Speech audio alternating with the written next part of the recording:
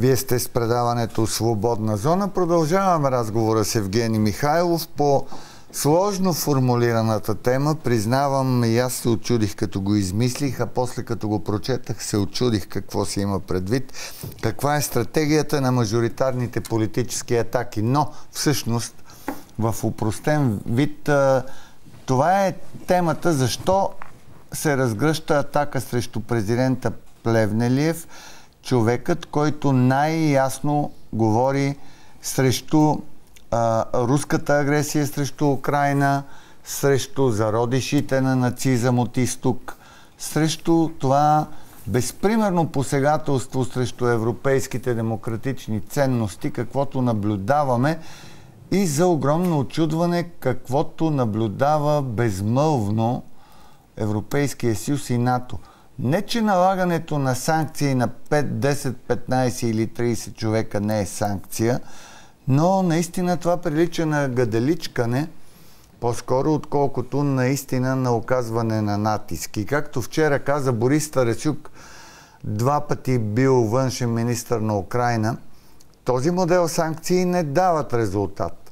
Друго би било, ако има санкции свързани с цената на нефта, такава, която да удари по руските интереси. Друго би било, казва той, ако Русия бъде изключена от системата на Световния банков кръговрат, така че да получат тежки финансови щети, тежки икономически щети, да започнат да се замислят наистина за еквивалентната стойност на това, което направиха срещу една суверенна държава. Това обаче не се прави. Връщаме се към разговора с Евгений Михайлов. Може ли да се окаже, че това, което сега наблюдаваме като опит да бъде атакуван президента Плевнелиев, в един момент ще се задълбочи и ще се превърне в битка, само че вече по друго направление, зад други рубежи, за антиевропейската конструкция на Южен поток, тъй като в момента тезата на правителството, че ще го строи, е антиевропейска поради позицията на Европа, и респективно срещу Плевнелиев, който да се окаже единствения защитник на европейските критерии по този проект. И дали всъщност за това става дума? Удремете, за да не надигаш глас. Бих направил определен паралел с това, което стана преди повече от година по време на предизборната кампания. Преди малко споменах за това, че като че ли ескалацията на напрежението и предизвикането на безредиците и бунтовете в България през февруари дойде веднага след като беше признато участието на Хизбула в атентата в Сарафово. А което впрочем беше признато, но и до сега няма окончателно изведена от съда или от следствието дори. От прокуратурата още, защото там не са довършили нещата. Продължават да ни обясняват, че върви разследването. Вече са изяснени участниците. Вече се потвърди и че са свързани с Хизбула. Не са назовани още поименно и не е завършен целият този процес. Но така или иначе се доказа това, което се беше казало тогава, и то от вътрешния министър Цветан Цветанов за, както той се изрази тогава, обоснованото предположение за участие на Хизбула в атентата. Което помните, че тогава даде възможност на европейските страни да променят отношението си към тази групировка, която не всички европейски страни признаваха за терористична. И точно тогава започна една много голяма атака персонално срещу Цветан Цветанов. Не срещу цялото правителство, даже не и срещу Бойко Борисов, а почна сатанизирането на Цветан Цветанов. Извървя се тази цяла върволица от компромати на съди, се усещането, че има безконтролно подслушване, че едва ли не има някакви автомобили, които подслушват и се насъди така мантрата, че има нещо много страшно, тези ни подслушват, харчат по 100 милиона и така нататък. Трябваше да мине близо една година да се разбере, че няма нито едно нещо верно от всичко това, което се говореше. Не е имало такива нерегламентирани подслушвания. Най-малко до този момент не е доказано, че е имало такива подслушвания.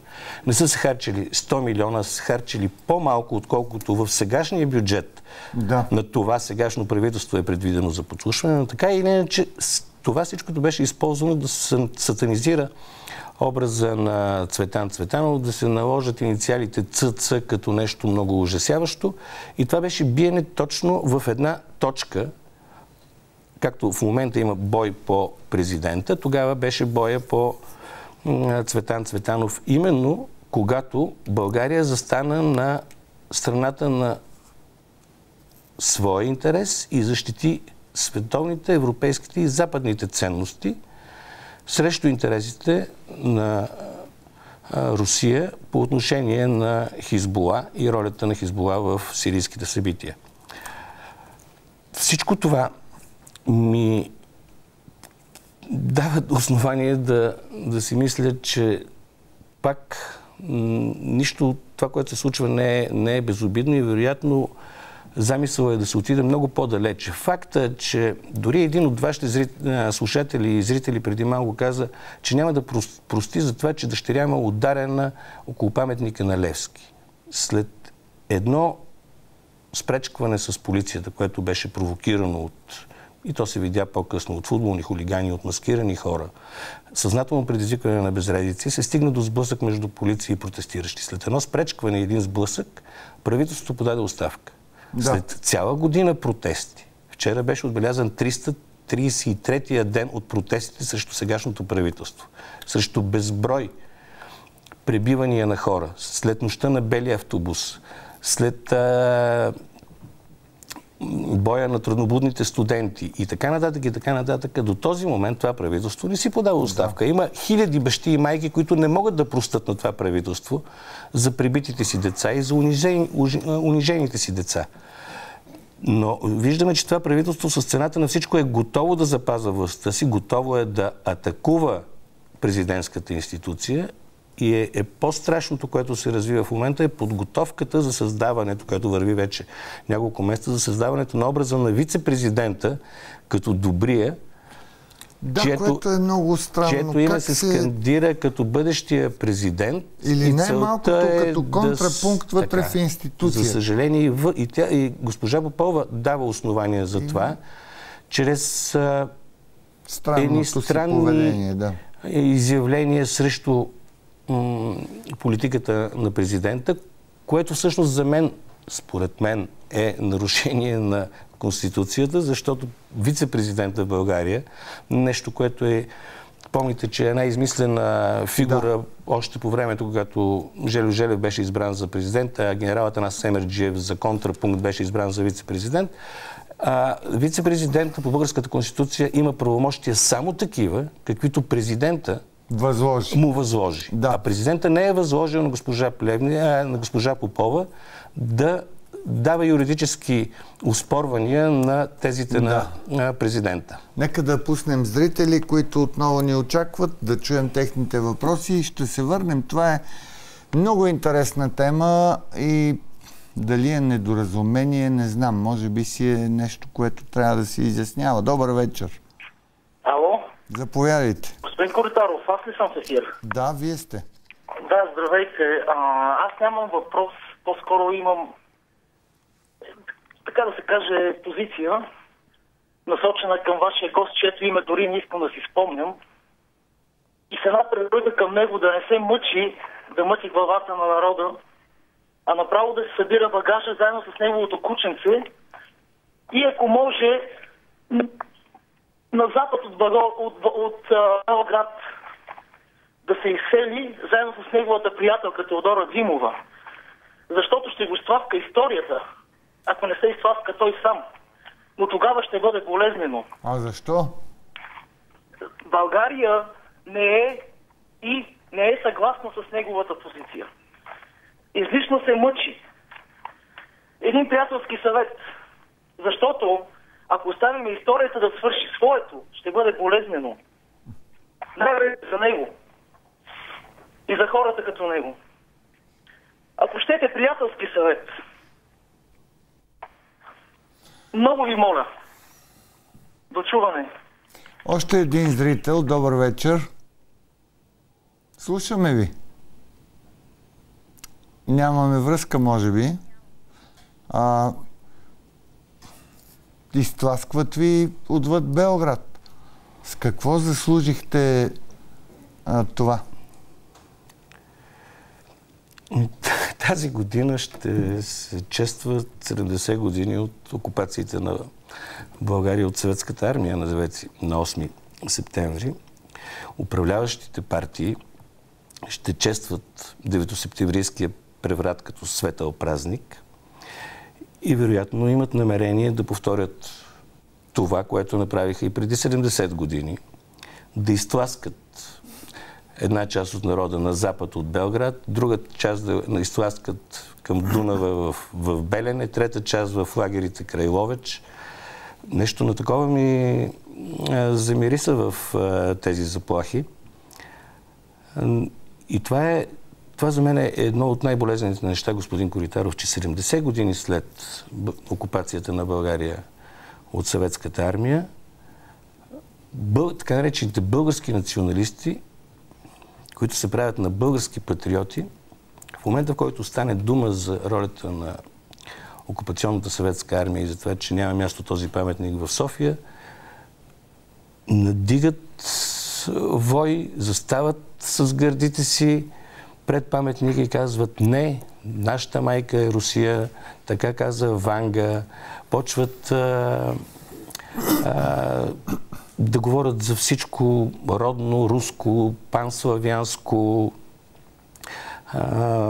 християнско и така нататък. И това за мен е болестта, от която ние не може да се излекуваме вече толкова години и не може да тръгнем напред, както тръгнаха другите бивши соцстрани, като Полша, като Чехия, като Унгария и като Румъния, защото продължаваме да защитаваме интересите на Русия, интересите на политиката на Кремъл, преди да защитим своите български интереси и се чувстваме като че ли повече интернационалисти, или много хора в България се чувстват повече интернационалисти и коминтерновци, отколкото да се чувстват горди, че са българи, защото едни от най-светлите български умове, включително и колосите на българската революция, и Ботев, и Левски, и Каравелов, и Раковски, са съзнавали, че България трябва да разчита на себе си и са съзнавали доста пагубната роля, която така наречените освободители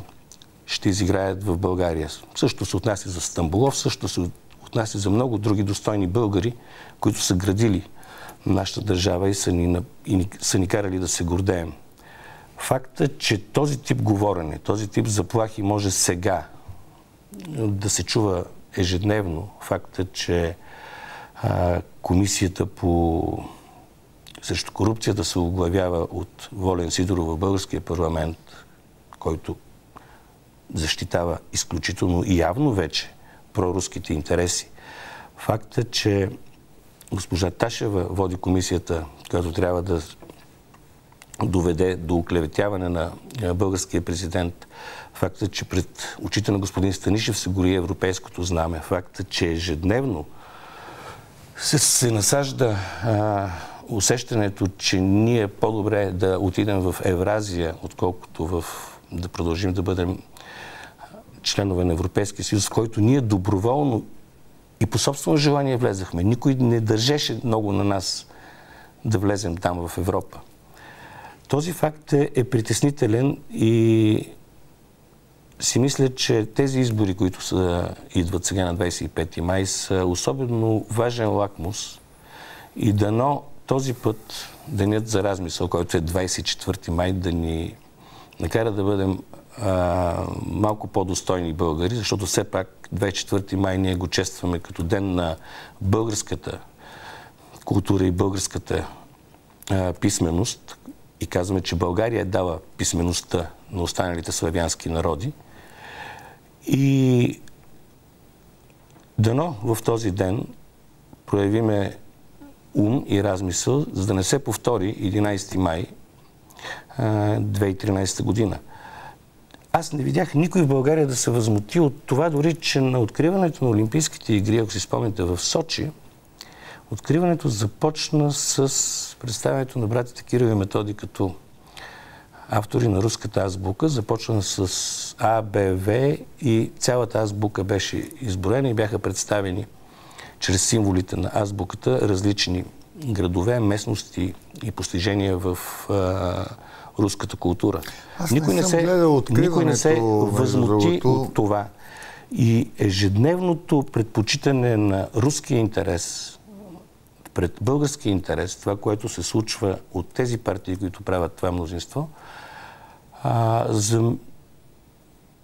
наистина може да накара много млади хора сами да изберат пътя на запад от Белград. А на мен ми се ще да се върнем към традициите на нашите възрожденци, които по времето на Левски, на Ботев, Каравелов, Раковски, Стамболов са изпращали своите деца в Европа да попиват знания, за да може в България те да се върнат в България след като се изучат и да превърнат България в страна, която да стане част от Европа, да превърнат българските села и малки градчета в европейски градове, като се започне от Руси и се стигне до София.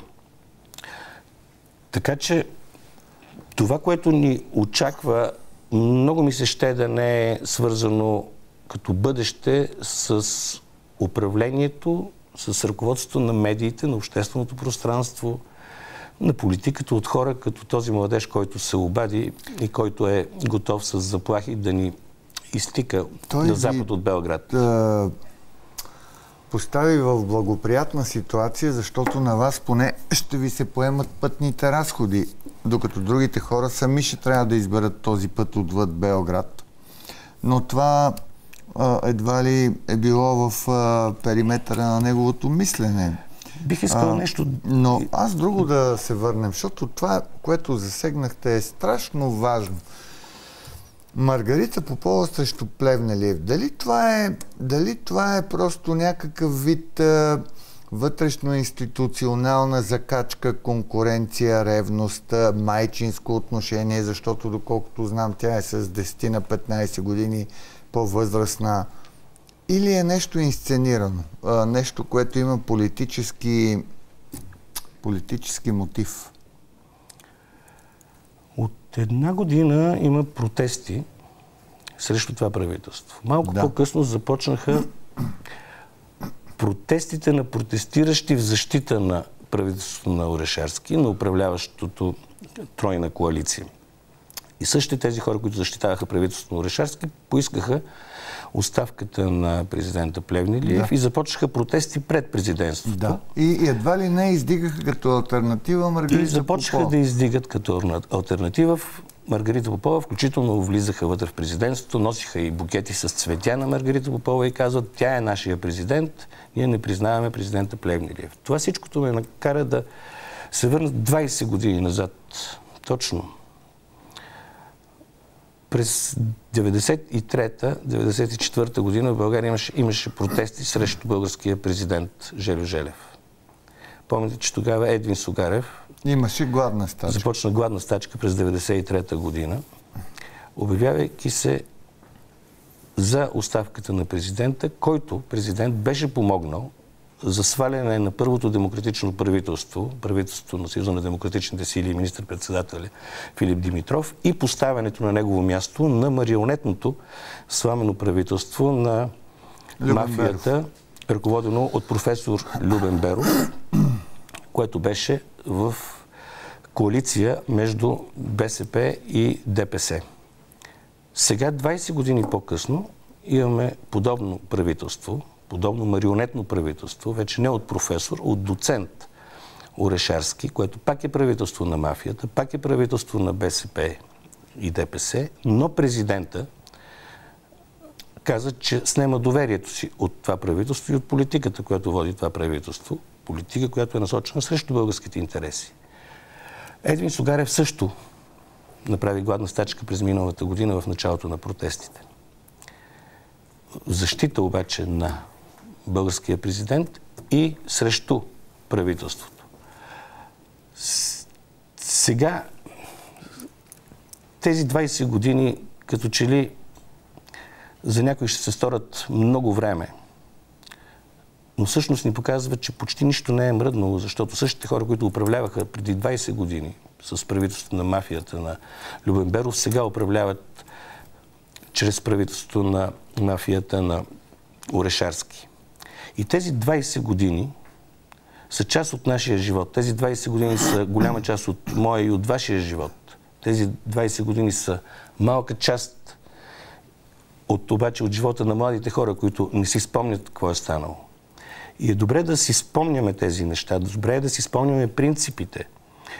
Защото когато тогава вице-президента Блага Димитрова не беше съгласна с политиката на Жельо Желев, с това, че той помогна за сваляне на правителството на Филип Димитров, с това, че той толерираше правителството на Любен Беров, несъгласната Блага Димитрова, голямата българска поетеса Блага Димитрова, вице-президента Блага Димитрова си подаде оставката и напусна. Сега се готви свалянето на Плевнелиев и заместването му с Маргарита Попова. Ако Маргарита Попова не е съгласна с някои от решенията на президента, не е съгласна или се чувства не на място с недостатъчни правомощия, предоставени от президента, добре е да последва пример на Блага Димитрова, пример на Блага Димитрова и след като ни харесва и не се чувства на мястото, да подаде оставка. Или другото, ако се чувства екип, още при първите сигнали, които се насочиха към това да бъдат противопоставени, трябваше да има друго поведение. И ще използвам този разговор и това, което темата, която вие отворихте, ме накара да се върна към тези паралели, но само след една седмица всички ще могат да го направят. На 19-ти, в понеделник, в 18 часа, на площад Батенберг, на мястото на мавзолея, който вече го няма, на който преди 20 години го имаше, ще има премиера на книгата на Едвин Сугарев. На 19-ти. Подлите времена 2. Книгата се казва "Кой?". Книгата отговаря на и взе името на въпроса, който всички протестиращи цяла година задават. И в тази книга "Кой?" Едвин Сугарев разглежда много от нещата, заради които сме на този хал. Разглежда събитията от преди 20 години, припомня събитията от преди 20 години с как мафията, срещу която Филип Димитров се обяви тогава и никой не му вярваше. Никой не вярваше на призивите за нормална държава, никой не вярваше за призивите за това, че мафията ще вземе властта в България. Той беше свален и осмян. В тази книга се е заключен този период от началото на този преход до сега и тази книга "Кой?" ще даде, може би, отговор и на въпроса защо. На 19-ти ще е добре много хора заедно да бъдем на тази премиера. Това е в понеделник. В понеделник, в 18 часа на площад Батенберг. 19 май, освен, че чрез книгата на Едвин Сугарев ни връща 20 години назад, като дата ни връща и 80 години назад към 1934 година. Вторият от трите преврата, олицетворяван от Кимон Георгиев. Първият е 9 юни 23 година, вторият е 34-та, третият е 44-та, като 34-та и 44-та Кимон Георгиев е министър-председател. Така че струва си 19 май да бъде наистина почетен в цялата му символна пълнота и многообразие. Присъединявам се към аналогията на Едвин Сугарев. Ако госпожа Маргарита Попова не споделя политиката на президента Плевнелиев, тя има примера на Блага Димитрова и може наистина да подаде оставка като един достоен жест на човек, който просто не иска да бъде част от политическа и конституционна платформа, олицетворявана според основния закон на страната единствено от Росен Плевнелиев. Нали така? Но защо се приема нормално една година след 11 май основните автори на тогавашната огромна манипулация, в момента да се явяват водещи фигури в държавата. Мая Манолова е заместник-председател на Народното събрание. Бареков, който беше платения рупор на цялата тази манипулация, в момента скърби за комунизъм, обещава Народна република България, явява се кандидат за евродепутат, обещава на циганите безплатни пари, лекарства, детски, ходи, лъже страната. Някой и всичко това превърна ли в политическо послание това, че прокуратурата оттегли казуса Костинброд, каза, че това, което е внушението за подготвени за фалшификация бюлетини, е пълна измишльотина. И ако някой беше направил така, че тази измишльотина вече да се обърне срещу авторите на преврата, образите на тези хора щяха да бъдат други, но така или иначе времето ни приключва. Това е част от отговора или от отговорите на въпроса каква е стратегията на мажоритарните политически атаки. Атакуват се личности и институции с ясни европейски позиции, позиции, които са срещу руската мафия и руския манипулативен шпионаж и влияние в България. Благодаря на Евгений Михайлов. След няколко минути останете с новините на TV+, и с девиза на предаването "Пещерата прави свободата".